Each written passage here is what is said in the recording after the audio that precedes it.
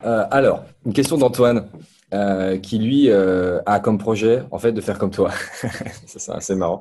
C'est-à-dire qu'il veut partir. Alors, je sais pas, toi au Vietnam Là, ou je aux suis à Philippines? Bangkok en ce moment, T'es à Thaïlande. Bangkok.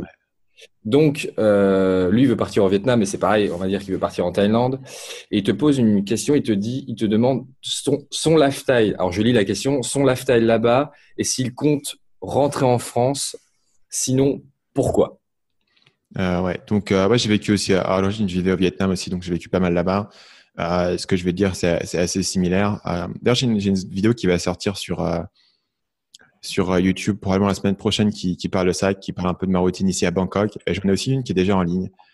Si tu tapes sur ma chaîne Pourquoi je vis au Vietnam, Marketing Mania, etc., tu la trouveras. Et c'est une vidéo un peu plus ancienne qui montrait un peu comment je vivais il y a environ 2 ans quand j'étais à Ho Chi Minh, du coup, au Vietnam. Donc, pour moi, la manière dont je fonctionne, et c'est très spécifique à ma personnalité, c'est-à-dire que je suis extrêmement basé sur la routine et sur la répétition. J'ai toujours été comme ça, et je suis d'autant plus comme ça dans un mode où essentiellement j'ai un travail créatif. Il y a un bouquin qui est intéressant qui s'appelle Daily Rituals, qui parle des routines quotidiennes des artistes et des scientifiques à travers l'histoire. Et c'est intéressant de voir qu'ils ont tous une routine totalement différente, donc il n'y a pas de point commun là-dessus, mais que presque tous, ils ont vraiment cette répétition dans les tâches. Et je pense que c'est vraiment important parce que ça te permet de limiter la charge cognitive de la quantité de trucs auxquels tu vas penser. Et ça te permet aussi d'être sur des rails, c'est-à-dire que quand tu vas faire un travail créatif, il y a un aspect qui est la résistance. Tu vois, c'est que tu as toujours ce blocage de pas vouloir le faire, etc. Et ça part jamais. Mais le truc, c'est que si tu as une routine où tous les jours, tu te mets à bosser à une heure fixe et tu termines à une heure fixe, une fois que ta routine est en place, même si tu as le blocage, tu n'as pas envie de le faire, bah, tu le fais quand même. Tu vois. Alors que si tu devais te motiver à chaque fois parce que ta routine, c'est l'impro, c'est beaucoup plus dur. Donc, du Ouais, coup, complètement.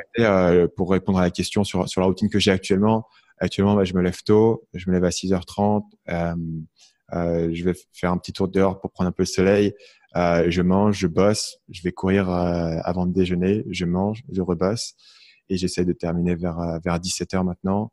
Et pendant un moment, j'allais beaucoup dîner à l'extérieur avec des potes, un peu moins maintenant. Mais grosso modo, tu vois, c'est ça. Et tous les jours, vraiment la répétition et te caler dans la routine. Donc, c'est moins sexy que ce qu'on peut avoir comme cliché du nomade digital qui voyage d'un pays à l'autre. La Ouais. réalité, ça marche pas tellement. Ça peut marcher sur le court terme, mais assez rapidement, tu te fatigues de bouger parce que tu débarques dans un nouvel endroit. Ça veut dire il faut trouver où tu vas habiter, où tu vas manger, ou quel café tu vas aller, où tu vas faire du sport. Et, tu vois, c'est beaucoup de charges cognitives à chaque fois de recaler tout ça. Et puis, tu as la fatigue du voyage. Donc, c'est quelque chose qui peut se faire, mais ça va prendre un gros drain sur ta productivité. Donc, c'est un choix à faire. Et moi, c'est clairement qu'aujourd'hui, je fais le choix de pouvoir rester calé, de pouvoir rester créatif et de pouvoir driver des projets plutôt que de voyager. Voilà. Et la deuxième question, c'était si je comptais rentrer en France. La réponse, c'est non. J'ai aucun intérêt pour rentrer en France parce que moi, j'ai rien en France. Je suis parti de France quand j'avais 22 ans. Toute Ok. ma vie adulte, elle s'est construite ici.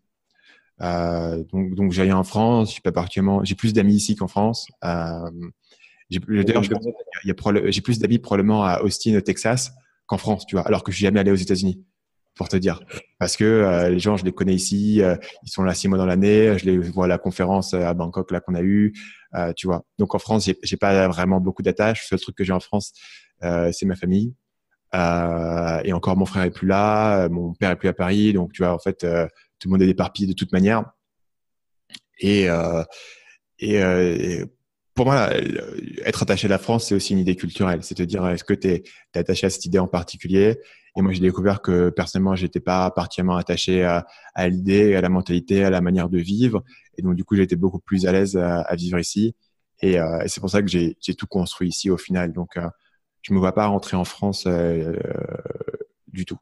Salut, c'est Stan, j'espère que vous avez apprécié cet extrait du podcast Marketing Mania. Bien sûr, vous pouvez retrouver l'ensemble des épisodes du podcast, y compris les instructions sur comment vous abonner sur l'application Apple Podcast ou sur votre téléphone Android en vous rendant sur mon site à l'adresse marketingmania.fr/podcast. Je vous ai mis le lien dans la description de cette vidéo.